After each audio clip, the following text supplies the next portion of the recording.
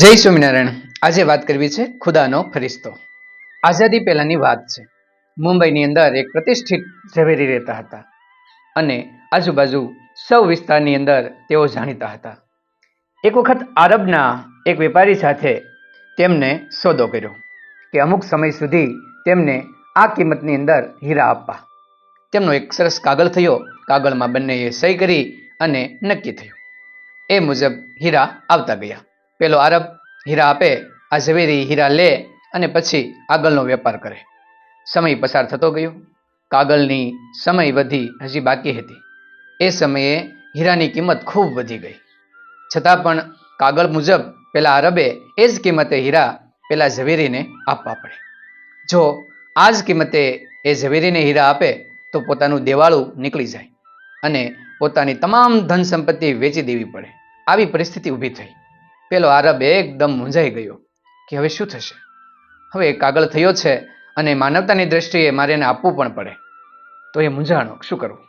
આ બાજુ પેલા ઝવેરી એ હીરા લેવા માટે કે એમને મળવા માટે એ આરબની પાસે જાય છે. જેવા ઝવેરીને જુએ છે તો પેલો આરબ ધ્રુજી જાય છે કે થોડા દિવસ મેં હીરા ન મોકલ્યા તો નક્કી આ મારા હીરા લેવા માટે આવ્યા છે. એમને પણ મનોમન નક્કી કર્યું કે હવે બધી ધન સંપત્તિ મારી બધી વેચી નાખીશ અને બોલ્યા એટલે એને હીરા આપવા જ પડે. એટલે પોતાની આંખની અંદર પાણી આવી ગયું. ત્યારે પેલા ઝવેરીએ તેમને કહ્યું કે તમે હીરા મને આપશો, પરંતુ એ જ કિંમતે હીરા આપવાની જરૂર નથી. હવે જે કિંમતે હીરા મળે છે એ જ કિંમતે હું હીરા મેળવીશ. આરબને નવાઈ લાગી કે આ માણસ કેવી વાત કરે છે.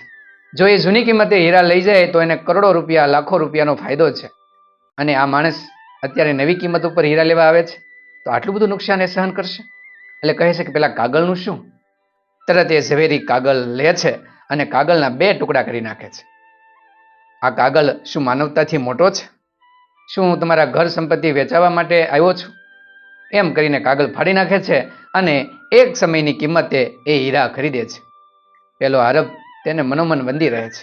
તેની આંખમાંથી આંસુઓની ધારા નીકળી જાય છે અને તેમને ભેટી પડે છે કે આપનો હું કઈ રીતે આભાર વ્યક્ત કરું કે તમે એ કાગળ ફાડી અને નવી કિંમતે હીરા લીધા અને મારી એ પેઢી ઉગાડી દીધી.